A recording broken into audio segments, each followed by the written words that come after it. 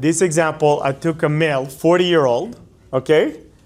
And I applied the exact example of mortgage that I just shared with you, all right? We told him, buddy, you're gonna put $500,000 toward retirement, and we're gonna finance the rest. So you're gonna put 500, and we're gonna borrow from a bank $3.6 million toward your retirement plan. And he's gonna say, 500,000, that's a lot of money. So we're gonna break it down for him a little bit, and he's gonna put $100,000 a year for 5 years out of pocket. And the rest of his retirement plan is gonna come from a bank. $100,000 comes from the client, $300,000 comes from the bank, year one. Premium is $400,000. Why do we use life insurance from the beginning toward retirement? Who can tell me that? There's a lot of guys selling life insurance here. Tax-free, what else? Everybody knows here, right, that cash value is tax deferred, it's not tax-free. But we have an awesome mechanism that we can borrow from a policy and we pay it down the road. What else do we have with this wonderful product called IUL? Floor, right? This is my favorite part because I'm going to show you in a minute how we smoke qualified plan. I'm sorry for all the guys selling qualified plans here. Because we do not have market exposure in this great product. We're going to put $100,000, we're going to borrow from the bank $400,000, and in total, we're going to put $4.2 million into this policy. Now, we're going to sell them a policy. We're not selling policies, we're selling solutions. The insurance policy is just a solution. So we're going to squeeze as much money as possible into this policy. So National Life is going to be very, very happy. They're going to get $4.2 million going into a $7 million death benefit, right? Insurance companies happy? Yes. Awesome. We're going to keep doing it again and again and again for the first 5 years. And after 5 years, the client has fully paid the policy. And from there on, we're going to borrow from year 6 to year 10, okay?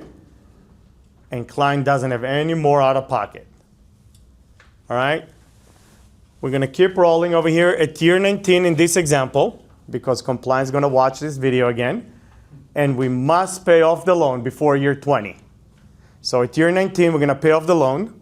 We're going to call the insurance company. We're going to have $8.8 million in the policy. We're going to borrow 7.2. Participating declared loan. We can go after the mechanism afterwards. We're going to pay the bank off. The policy has been fully paid. And we're going to let it cook a couple more years because most people retire at 65. And this policy will pay the client $525,000 a year in loans. So there's no taxes from age 65 to the rest of his life. $525,000 from age 65 all the way to age 120. How many of you have clients that live to age 120? I don't have any, but I did another line over here at age 88, which is we're going to tell the client their life expectancy. By the time you get to age 88, you took out of this policy $12.5 million in tax-free loan, and there's going to be another $5 million, right? Remember, this guy is young, he's 40-year-old, maybe he doesn't have kids. $500,000 turns into $18.2 million using someone else's money.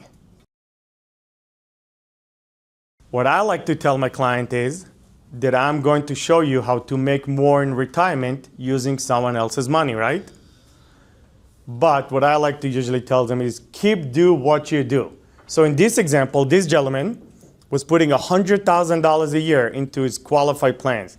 401k, profit sharing, defined contribution, creative accounting, all of it in order to get the deduction because he hates to pay taxes, all right? So if we look backwards, $100,000 after tax is the same as putting $147,000 a year into his qualified plan and getting the tax deduction. So let's play with the numbers a little bit. If you do the exact same $100,000 for 5 years, we'll do $147,000. We'll put it into the qualified plan. We'll grow it at 7.6. I believe that's a tiny bit more than what our friends from Fidelity said earlier. Straight into the S&P. let's say that it'll never go down, especially not the year before you want to retire.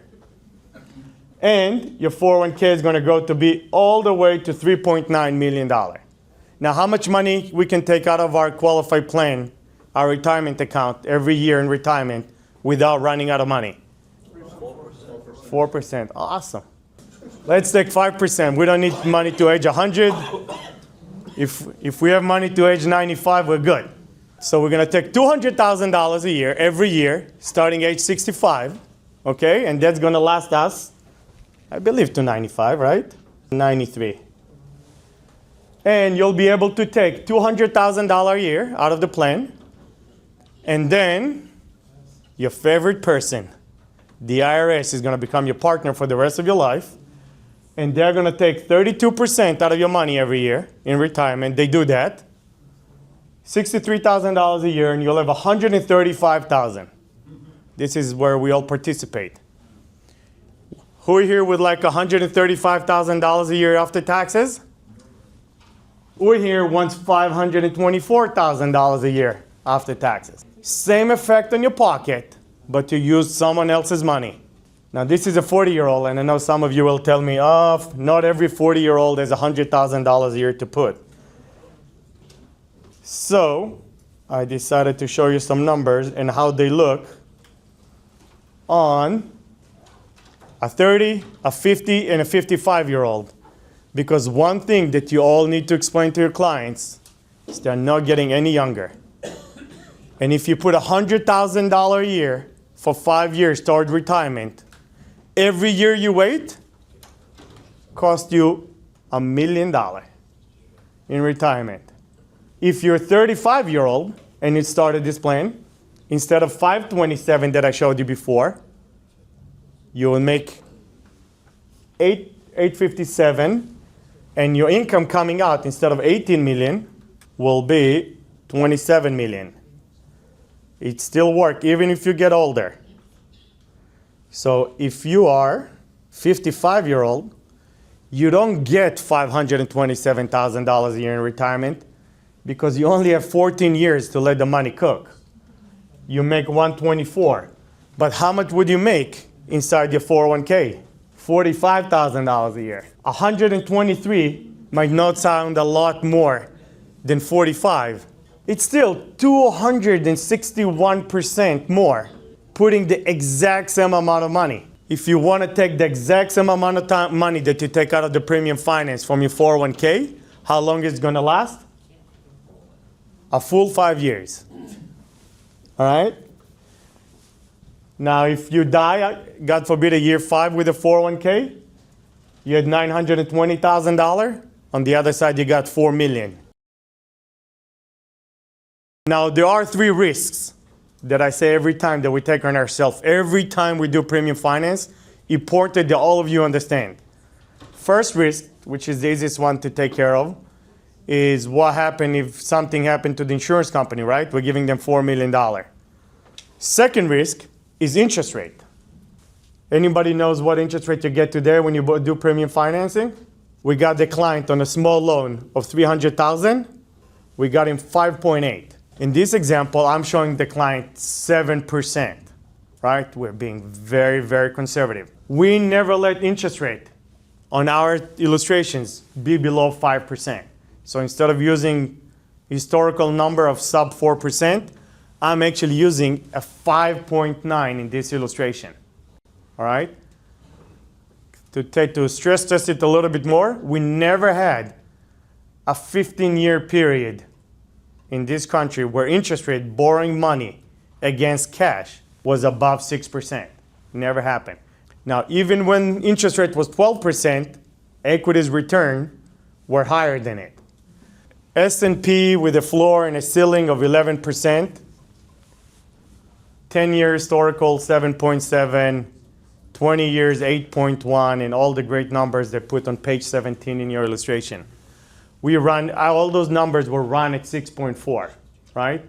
So we're not showing our clients 10, 14, 18% return. We're showing them sub 7%. In the last 15 years, we had a 4.5% spread between the return and the cost of money. In this example, it's running on 0.5% spread. And you're very, very, very likely, it's not a guarantee, that you're going to have more than 0.5% spread between what the S&P with the floor and a cap does and what the money costs you.